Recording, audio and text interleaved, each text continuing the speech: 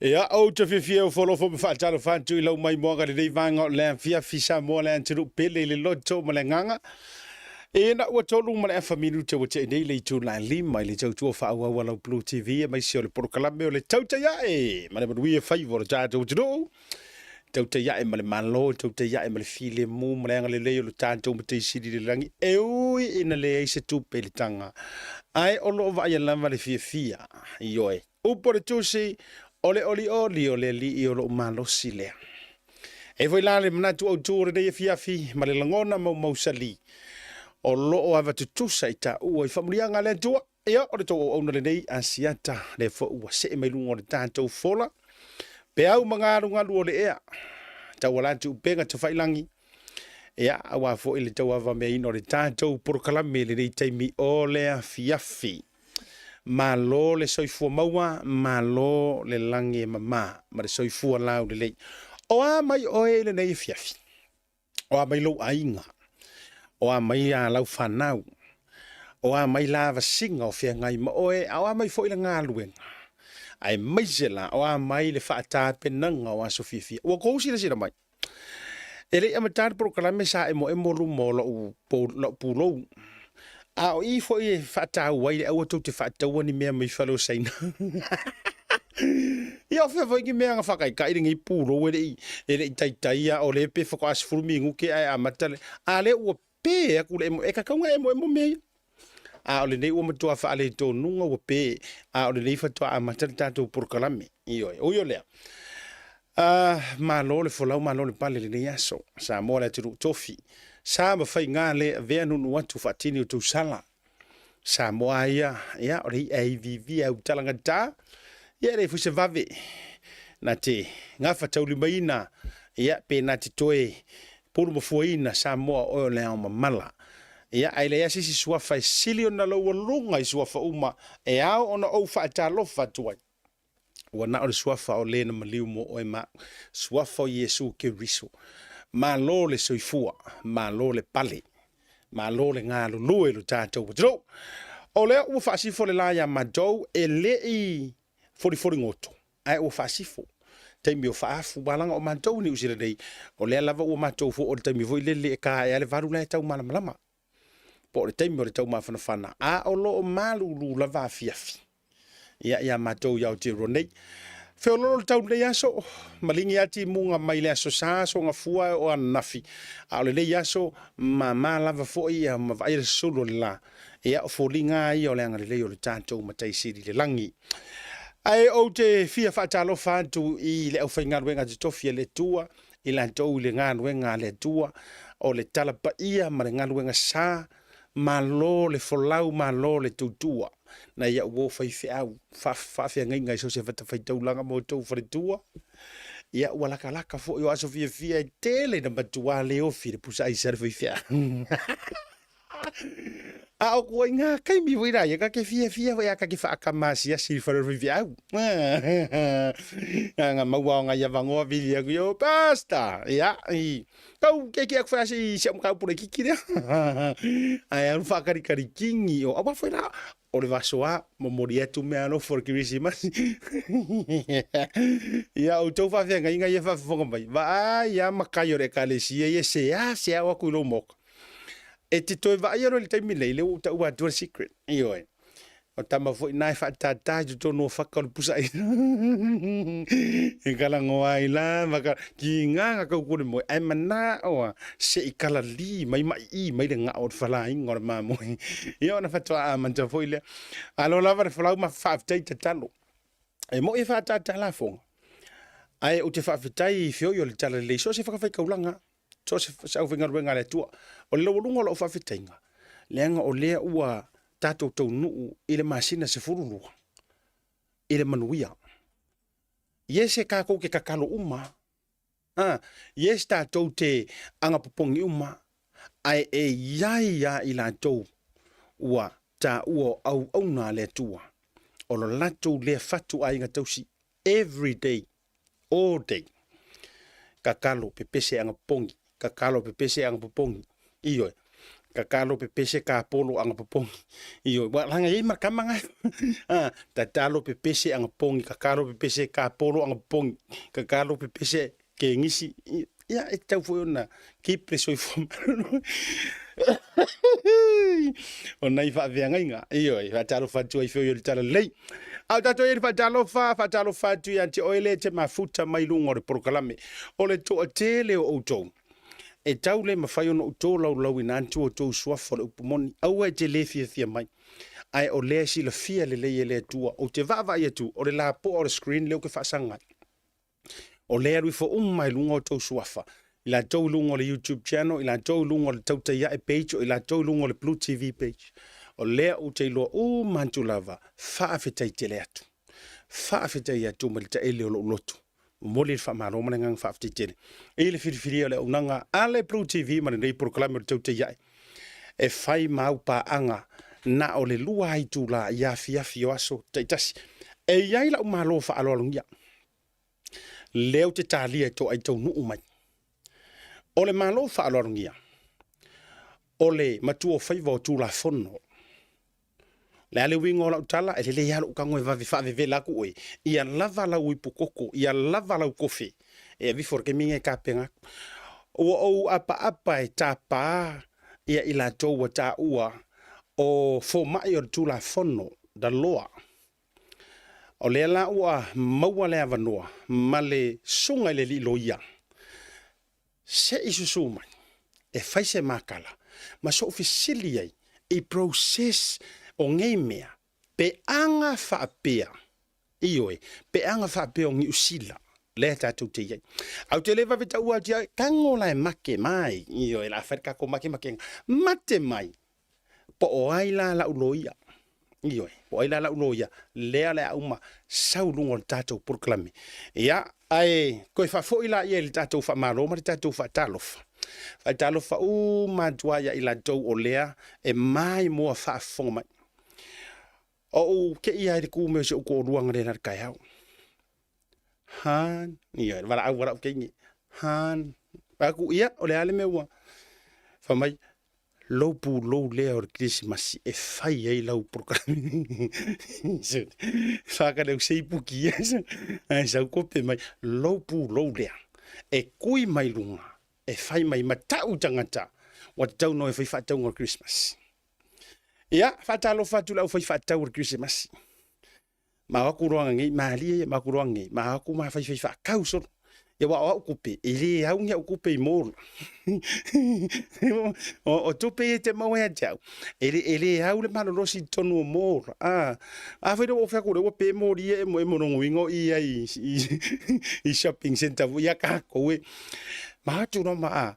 Ala ke kau e loke era o ke nge resi piko ala fu ke makuasa ve ua u resi piko fale si falo loke le anga i o tau he le va fa longo ku ala fi nga u runga ri nga yo i ma au kafa la fi nga fa ku resi sa vali ro ko ngir fa ka ala ai su er kamano vai o fu pe kau la fi vai o fu nga amai alu oe ko ngir fa ka ala ngi ka pe pi ko ru ka pe pai wa ye fa mai lisi sa vali oe ko kongi o nga ya erkat ale fa mai o nga fo ya oe lisi kat unga ya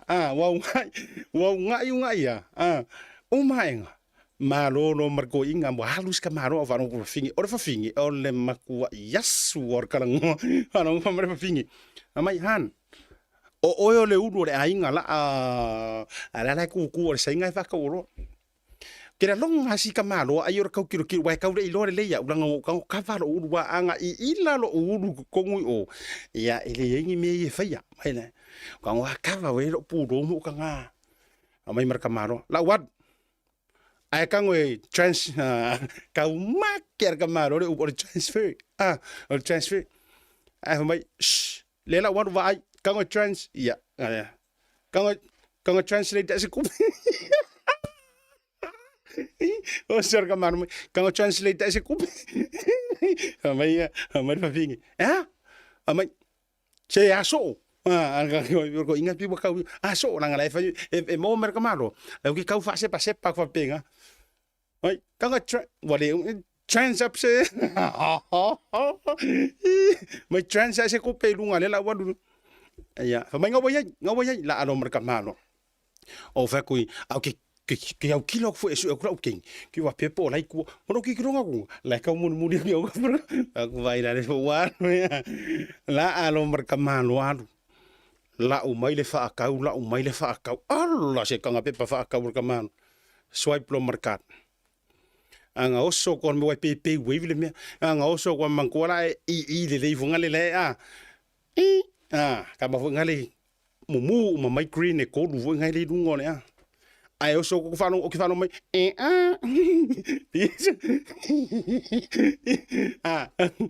ko yo ka masang ya wai ko jala pi ko e kau kali mai ro. La waka ore waka ele se kanga me la ora ta wa faka ai va me singa oh please don't le singa le oh no can no maro ha ora me singa no decline makamaro what do you mean yeah ko falo wa fiu kamaro au ke fa kula fa yangi o roi o to fiu kamaro e falo mai ele kamaro at fingi la fia kuiva. Iyo, va pura ukala. Kia ir kamano ia la vara. Ko la mai. Sunga. Pio la sui vai fale on langoi. Sunga. Sorry. Iyo, fai vive singa o la kulo ye. Ke lo la le mata afi maka mela lo le ya melen tu. O la kulo fa ku. Tama ke ir kamaro au kong no se ro puro se kamaro mai oi tori se karo fara ufio nga seta vatu au ne yo o lo lim mai fi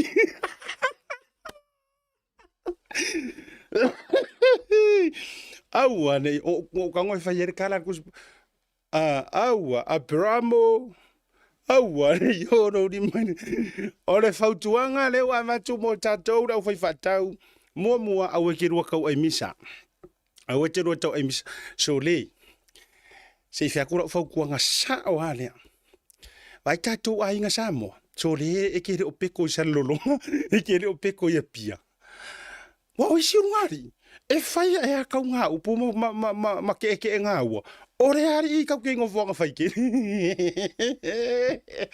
yo e mateo mai la la pa fai o mala fai nga va tara tua na firma veo e maki o mai la kama vo ngare la le pa fai fu le sa o le fasikepu sa ko inga e fasikepu fu le ave fa ka vale oila la e ku si ma finge ngam spesiang kam ki fa me la maki o mai la fa pila lo ala e ku ko ke e ro fa longo sabat fa sanga no ko kiki ka ape me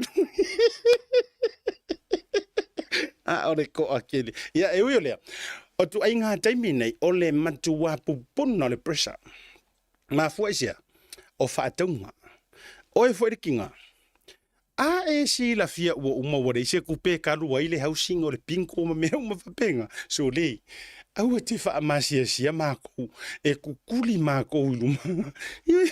Ioi, so le whakoro ora leang. O le mea ngalinga whaia kakare i o ng kōrua. Ai va ai fa maka kasi aku i vai ofu. Ia. Ko ai va ai pe fa ding wai pi wa take line funga. Fa ro ma si ko ingai ko fa ro ia ku lenga ofu funga. Lea, ma ko ai oso ale uru kilo so va pe ngai ko ko. Ya. Ma foi akani ma ora fia. Fai fale le tau whaataunga. Fai le pākeki, ta māmatina, o kou fo iakinga. E leo le avea fwile le o kou online. Tasi rea mai. Kasi rea mai ngai kere ngā vave. Ai mai se ala, o ngai uru ngāri i fwile le peinga kele ai ngā maua whai longa or ki ngai lau ngā kongi. Ai kele a fwai ngā makakupar penka la ka maa. E fia kere la ki ngai vave ngai ko inga. Hano e se kupe, se ngai ai safari, ngai ai. Ai aku kuruma. Ka e ka violai. Ia. Fatalo fatu le tātou mori whamaro marangang whapatei le tātou major sponsors. Tātou Tasi Market, sunga Reverend Tole 4. Ia, malo le tali o le au le nei fia misa foro nei aso. Whapatei fo i le tō whāna me tō whaiva. Ya, sunga sua tulowena lopeti antoma ya marfrelu o tu ainga malo fai vale ni yaso. Ya, o aso foi langi e ke le ainga mama fai ako mengi o go mako fai va ko funga ka pe. Ya, le na malo la vale no sai malo fa to. PacificEzy mana transfer nga ta foi le. O le Pacific 40 Malita lofa voucher fa afite tele. Ya Pacifica Family Health Group malo lava le onasai mo le tau ata i lango lang sui no tanto programe. Ya ngata i leo le Sanita Hotel i songi fa pe fo ila le ColourShop si matafeli SSAB por sei Oriana ya e mai se foi o le Samoa Tourism Authority. E fa ka la fonga. Ai le manga ya me le o safari ku mai ru mai se kumpedis. Ora ukala le o ke ngangi si o ko orua ai a o savali ora upur nge fai si o ko orua han e su e ngata le mele nei o le ta uleia a o le mama le masi nga o se kongia fa ku a e loi le se ku per kakat va vela a we kere o kele o vaku a e loa no a we se kulanga ka fa le kongor kulanga ka kupi va vela a we ke va vele o kele ro mai ya pa wara fa ngoro rima kama foi le ke pa singor pare olo o ile fa ko ai anu ai fa fo e ye na ye lo fa anga fi mo ya tuma le aso soifua o le sunga ia soifua sunga ia sala sone poi wala ko mara pepa le inga ye ingo soifua le wori mais pepa o lo faanga mai le fionga ia le malu Stanley mo le sunga ia po le fionga ia sala ilona soifua ile so fa mo le tele Christmas ma le tau sanga fo ia malo faanga na le fionga ia le malu ia po fionga fo tama sofa al pa ia ring fa satwala ia mo lo fionga sala ilo waso soifua ile na yaso ia manisi lava foi o familianga mo waso soifua mo le to tele lava so stangata wa failunga ino la to waso soifua ma so fa na ule so happy birthday to whoever and to all of you le celebrate my family to know to waso soifua ma so fa na ile so ia ava pe for anniversary ka fio lai aso fa mana tu ino so fa poiponga se rungali anniversary ia a fai wa o mi tu sanga i tele to kisi ya mama kisi ro ya ya ma o ke fai aku ya o le si fa mangia fa mangia kisi ya mama i lumo ka mai ki ai nga nga pe o le mori pe o ko koro lo i le yoi o mana so sa se ma tu fai fi au o mana so foi lele e kau kupu mai rose mea ngai ru morkivi pongia maka a laifa pengei a taimire nei a fai le lua anniversary tasi lua tolu fa lima tausanga se furu lima lua se furu ia fa sanga io e a fa pea na lua mafuta mai o lawiti ia laungutu mama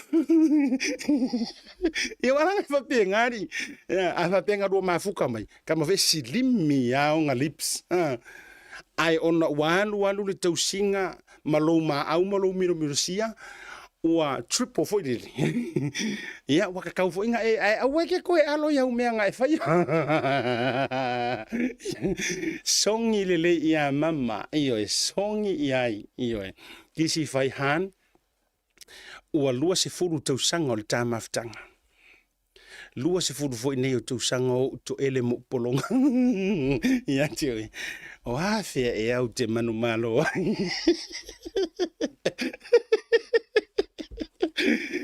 O le a tātou o atu le tātou malolonga.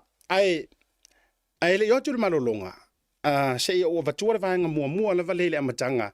E winga le tātou fundraising le no ufai antuwai.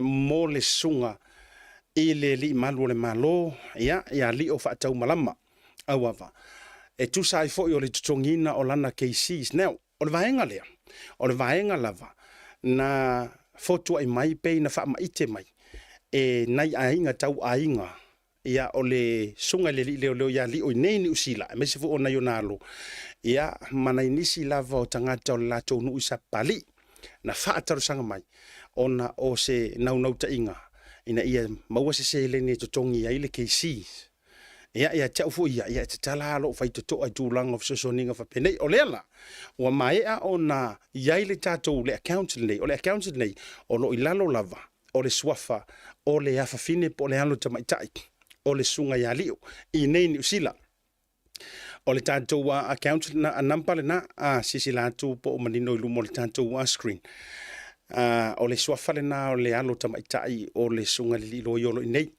mana tua fo I mo le sila fie o every donations po tupe o le asau tu tono le account lea e mo le tutongina ma le whaatupeina o le KC King's Council I nei ni usila ina ia malanga atu ai Samoa I le taua wa meina o le nei fo I wha moe moe matulanga wata oto mai ai e le se tupe alu Samoa e te tau lava ona sawi nei ia malu le account lea ma o le tutongi o mai fees mo le King's Councils po le loia a le sunga I le malo ia ele to tau fa iloina le vainga mo tatou lai ni usila o le ASB Bank le account number lea fai ai lau direct transfer ma I tango reference I lalo ia po Leo's lawyer or a case as long as it tango mentions le vaenga lena ina sila fia I foi matulanga ia account Paul uma lava foi I la to le ua ia I ma le fatu tuanga ma ola fo sila fia ina le sunga I le loia mo tatou Australia New Zealand America ma fafo atu o le aso antaiao o le a faa maoti atua I le tatou informations e faa o ngā ina I le au unanga a le Pacific 40 male talofa voucher o taiao la lai ngā lulue ia whionga pesta ma le lantou team I le taimire nei I le creating o le tūlanga ina ia o atu le aso taiao wa available ai na on information on ena fa o ina mai le pūlenga le Pacific 40 le whionga lau pipi mo o tau I Hawaii ma America misa America e alulungo le website le Pacific 40 pe afa pea eli available now it will definitely be available la taiao e no available la le si alternative le mo ila tau fa foto New Zealand e alulunga e totongi e le o yai America ia tunu ufo ia le lisi mai ia tunu u lai te papa awai ona o restrictions lava o le website o lo fa ngai le Pacific 40 however o lai in sau no mai fianga lau pepe mfai lava na e kirikinga Australia po New Zealand just to go through ai o lo iai voucher from se lauta la le minimum anga ile afeta la New Zealand mantua New Zealand dollars o ngai le o alu sa mor se le ni o le sau sa o lava I na ialu I le KC po le sunga loia o le ala vala le swing o le tupe o le ai yeah, let's say for example fa pe te ma au pete na e afeta la donations so ni le tongi o KC ia ngai arula I lunga ki e choose le afeta la New Zealand ia maybe or swing o tupe pe ono se la America e fitu se la pe lima se la foi e fa pe na foi le fainga o Australia ia Hawaii manisi o tonu I fafatu ai mo tatou lava I New Zealand fa ngane le account le na ma o lo o exercise lava le alo tamaitai o le sunga I le li leo ia o le nau tai ina ia maua se sosoninga faftai tele o le to tele o to tele ta ua to swafa ai o kele o le ngia foi le malo tele le tunu faftai nai tamali ia na mua anga ngafi o matua tu mo mala personal messenger ile au ngani mai avatu ia le account number ia le ala ua umona fa mapu e atu ia anga le leia elo ile fa moe o le fo ia tamali wailonga lana tautua ia o tatou la vai le se inga se fekupi io ele amu ia la ko la fie fai me ia e ko kongi taxa la ku ia amu ia le la tau pe ia fa urulunga mkanga ruenga makanga kala le malo amu ia la tau ala ngai le o rueni tu pe la tu tanga ia o tatou nei o nai tangata tau mo fai malima vai ia anga le iane ia ile fa moe na wailunga le tatou account le na mo tatou ia tunu fa fo New Zealand nei tatou malolonga a fo mai fa felo ai songa le loia sunga ia sauni. Io ilungo le proklame sauni seleni. O le lo ia piko I au le lei la valea. I te tonu au kila nei. Se I fisiringia. Nisi o vaenga. A wale ta otua yo le tula fono. Pe a mai atatou fa salong fa business nei.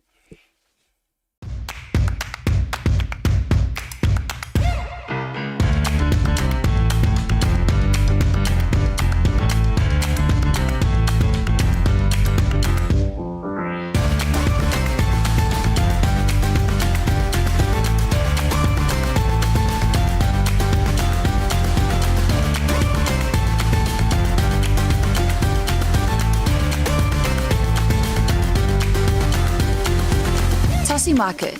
With 3 locations around Auckland, you can get fresh produce from farm straight to your table.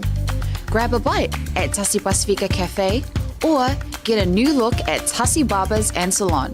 Tasi Market, your affordable local.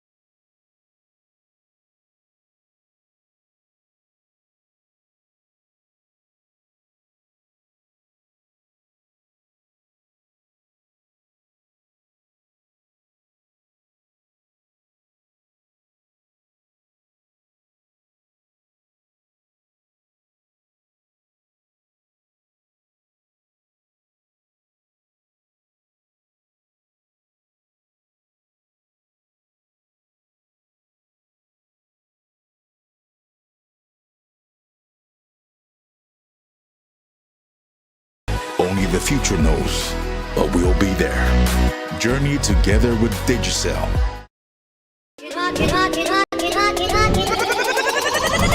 Let's go now.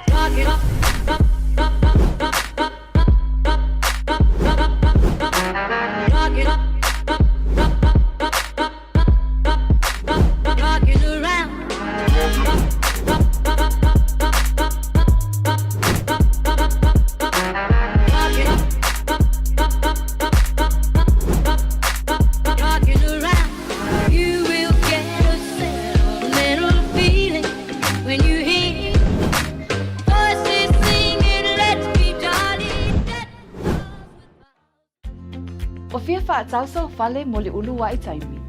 O iesau Kiwi Saver, ma e sila fia ina o na I tū lei. Ai fia maua se whautuanga lei mo mata upu tau teo ngā tupe, insurance, po o Kiwi Saver foi. Whaafe e so o tai, le au nanga ale Afi Advisors mo se whaatalatala noa. Meli mai I le Facebook Messenger ale Blue TV, lo suwafa, ma le telefoni mo se whaatalatala noanga, Maanga vaai lo suwafa I se sei mo se telefoni fau o le ituainga o le iPhone. Text I le numera o lualua, ono I vatasi, 5 tasi o fitu. And Let's go now. Looking for a perfect gift that will leave a lasting impression? At Sayoriana, we've got something for everyone, no matter the occasion. Whether it's a shoe for him or her, or just upgrading to suit and stay in sync with trends. We bring what's best for both men and women. Our wide variety of says will add that extra spice. Along with a range of hats and designer bags. It's okay to treat yourself and you can never go wrong with a dress from our recommended brands such as Pia and Samson Lee. So, whether it's a birthday, anniversary, wedding, or just because, our dedicated staff is here to assist you in finding the perfect gift, ensuring a stress-free shopping experience. Discover the joy of giving at Sayoriana by Till. Every gift has its own story.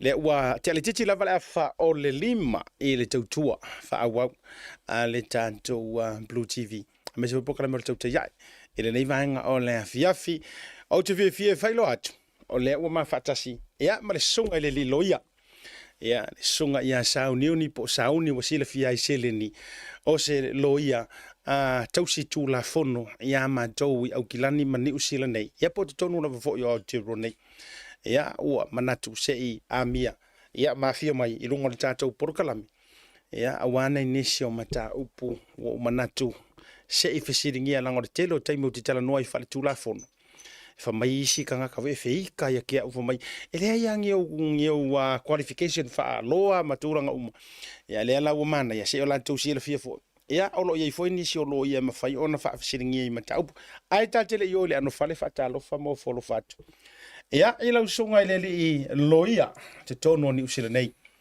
ia po o lau tofa ia po o lau sunga fo ia le tama punefu e oe vai atu fo ia pa ia i tu te tele mai tu taulangi ia wai tausi o isi o wharanginga o ke fia i whamai o ko orku iaku ia ele le ia foi ona whawhilo ai mo folof fio mai runga le tāporo kalame lau sunga sauni pa lau sunga li loia ia fatalo fatu lau sunga siata whapea foi le malu le ofisa o le Bluwave ma le pokalame nei ia e fatalo fatu fo i le pai o le atunu o lo o whapea ona mai mo mai ma whafonga mai fo i le nei pokalame whapitoa le fatalo whaita maa tina matua o tupu matamali ngata i leo whalitua matausi ma le malosi o nuu mafioanga ele ngalo le fatalo whapitoa i au na tausia le tua o lo lato whafale malui so o se fata whaitaulanga